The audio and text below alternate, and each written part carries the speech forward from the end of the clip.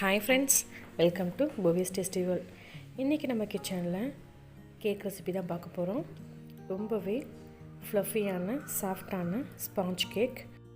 வாங்க வீடியோக்குள்ளே போகலாம். நீங்கள் நம்ம சேனலில் ஃபஸ்ட் டைம் பார்க்குறவங்களா தான் மறக்காமல் புவிஸ் டேஸ்டி வேர்ல்டை சப்ஸ்கிரைப் பண்ணிக்கோங்க. நம்ம ஃபஸ்ட்டு ஒரு பெரிய மிக்சிங் பவுலில் 4 முட்டையை உடச்சி ஊற்றிக்கலாம். நல்லா பீட் பண்ணி கூட எடுத்துக்கலாம்.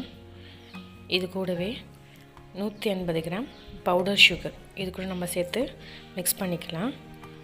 பாருங்கள், கொஞ்சம் கொஞ்சமாக சேர்த்து நம்ம நல்லா மிக்ஸ் பண்ணி எடுத்துக்கலாம்.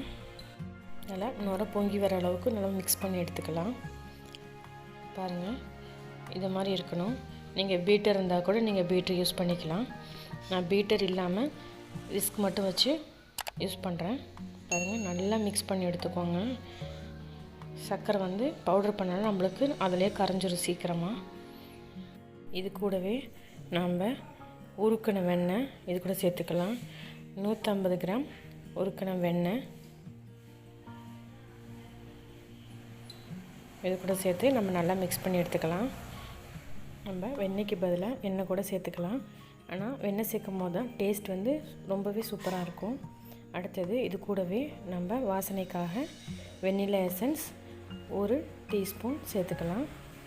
உங்களுக்கு வெனிலா எசன்ஸ் இல்லைன்னா ஏலக்காய் பவுடர் கூட சேர்த்துக்கலாம்.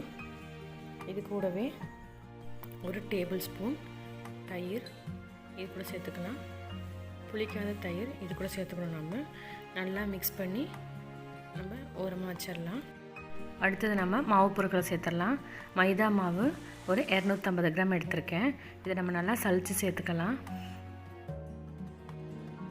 ஒரு 1/4 டீஸ்பூன் உப்பு. உங்கள்கிட்ட பேக்கிங் பவுடர் இருந்துச்சுன்னா ஒரு 1/2 டீஸ்பூனும், பேக்கிங் சோடா ஒரு 1/4 டீஸ்பூன் யூஸ் பண்ணிக்கோங்க. நான் மளிகை கடையில் கிடைக்கும் இல்லையா ஆப்ப சோடா, அது 1 டீஸ்பூன் பயன்படுத்தியிருக்கேன். பாருங்கள், நல்லா சளிச்சு எடுத்துக்கலாம். இது போல் நம்ம சளிச்சு சேர்க்கும் போது கேக் நம்மளுக்கு ஃப்ளஃபியாக கிடைக்கும். நல்லா ரைஸ் ஆகி வரும் நம்மளுக்கு. அதனால் நம்ம சளிச்சு எடுத்துக்குவோம். நம்ம ஒரு முறை சளிச்சு எடுத்ததுக்கப்புறம் இன்னொரு முறையும் சளிச்சு எடுத்துக்கலாம். அப்போ தான் கேக் நல்லா ஃப்ளஃபியாக கிடைக்கும். நம்ம நெக்ஸ்ட்டு 3வது முறை சளிச்சு எடுத்துக்கலாம். பாருங்கள், நம்ம டைரெக்டாகவே நம்ம முட்டையெல்லாம் பீட் பண்ணி வச்சுருந்தோம் இல்லையா, அது கூடவே நம்ம இதை சளிச்சு எடுத்துக்கலாம். பாருங்கள், நம்ம பால் எதுவும் இதில் சேர்க்க கிடையாது. இதுவே கரெக்டாக இருந்துச்சு. நல்லா மிக்ஸ் பண்ணி எடுத்துக்கலாம். பாருங்கள், ஒரே டைரெக்ஷனில் மிக்ஸ் பண்ணுங்கள். பாருங்கள், இது போல் எல்லாமே மிக்ஸ் ஆகி இப்போ ரெடி ஆயிடுச்சு. இப்போ நம்ம மாவை எடுத்து ஊற்றி பார்த்தோம் அப்படின்னா இது மாதிரி மடிப்பாக விழுவணும். மிக்ஸ் பண்ணும் போது பாருங்கள், ஒரே டைரெக்ஷனில் இருக்கட்டும். உங்களுக்கு இது மாதிரி மடிப்பு வரல, இன்னும் கொஞ்சம் கெட்டியாக இருந்தது அப்படின்னா கூட கொஞ்சம் பால் சேர்த்து மிக்ஸ் பண்ணிக்கோங்க. அப்போ சரியாக வந்துடும். அடுத்தது நம்ம கேக் டின் எடுத்துக்கலாம். அதில் கொஞ்சமாக வெண்ணெய் தடவி நம்ம எல்லா ஓரங்களையும் தடவிட்டுக்கலாம். உங்கள்கிட்ட பட்டர் ஷீட் இருந்துச்சுன்னா நீங்கள் அதை கூட பயன்படுத்திக்கலாம். பாருங்கள், இது போல் எல்லா ஓரங்களையும் நம்ம வெண்ணெய் தடவிட்டு கொஞ்சமாக மாவு ஆட் பண்ணிக்கலாம். அப்போ தான் கேக் ஒட்டாமல் வரும். எல்லா பக்கம் நல்லா தடவி விட்டுக்கலாம். உங்கள்கிட்ட கேக் டின் இருந்துச்சுன்னா நீங்கள் அதை கூட யூஸ் பண்ணலாம். நான் கேக் டின் இல்லாமல் இன்றைக்கி பண்ணி காமிச்சிருக்கேன். பாருங்கள், மாவு இது போல் எல்லா பக்கமும் படுற மாதிரி நம்ம தட்டி விட்டு எடுத்துக்கலாம். எக்ஸஸாக ஏதாவது மாவு இருந்துச்சு அப்படின்னா அதை நம்ம தட்டி வெளியில் எடுத்துடலாம். பாருங்கள், ரெடி ஆயிடுச்சு. பாருங்கள், நான் 6 இன்ச் அளவுக்கு ஒரு பாத்திரம் எடுத்துருந்தேன். உங்கள்கிட்ட 6 இன்ச் பேன் இருந்தால் நீங்கள் எடுத்து பயன்படுத்திக்கலாம். இப்போ நம்ம மாவை உள்ளே சேர்த்துக்கலாம்.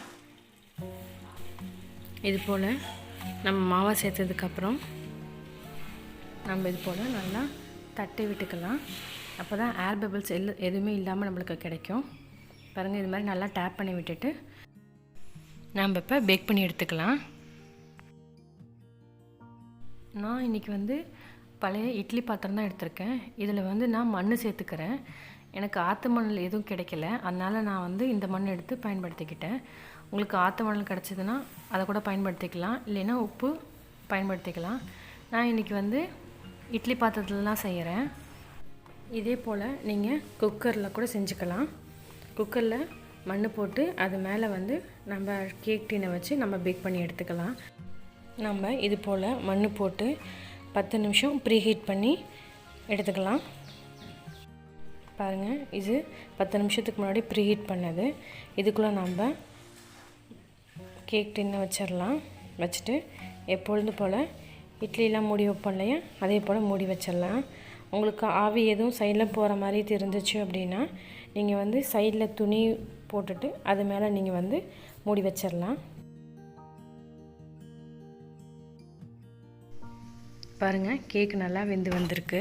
இது வேகிறதுக்கு எனக்கு 30லேருந்து 35 மினிட்ஸ் வரையும் ஆச்சு. நம்ம 20 மினிட்ஸ்லேருந்து செக் பண்ண ஆரம்பிச்சிடணும். இது நம்ம ஒரு பிளேட்டுக்கு மாற்றிடலாம். நல்லா ஆறுனதுக்கப்புறம் இது போல் பிளேட்டுக்கு மாற்றுங்க. பாருங்கள், ரொம்பவே சாஃப்டாக வந்துருந்தது.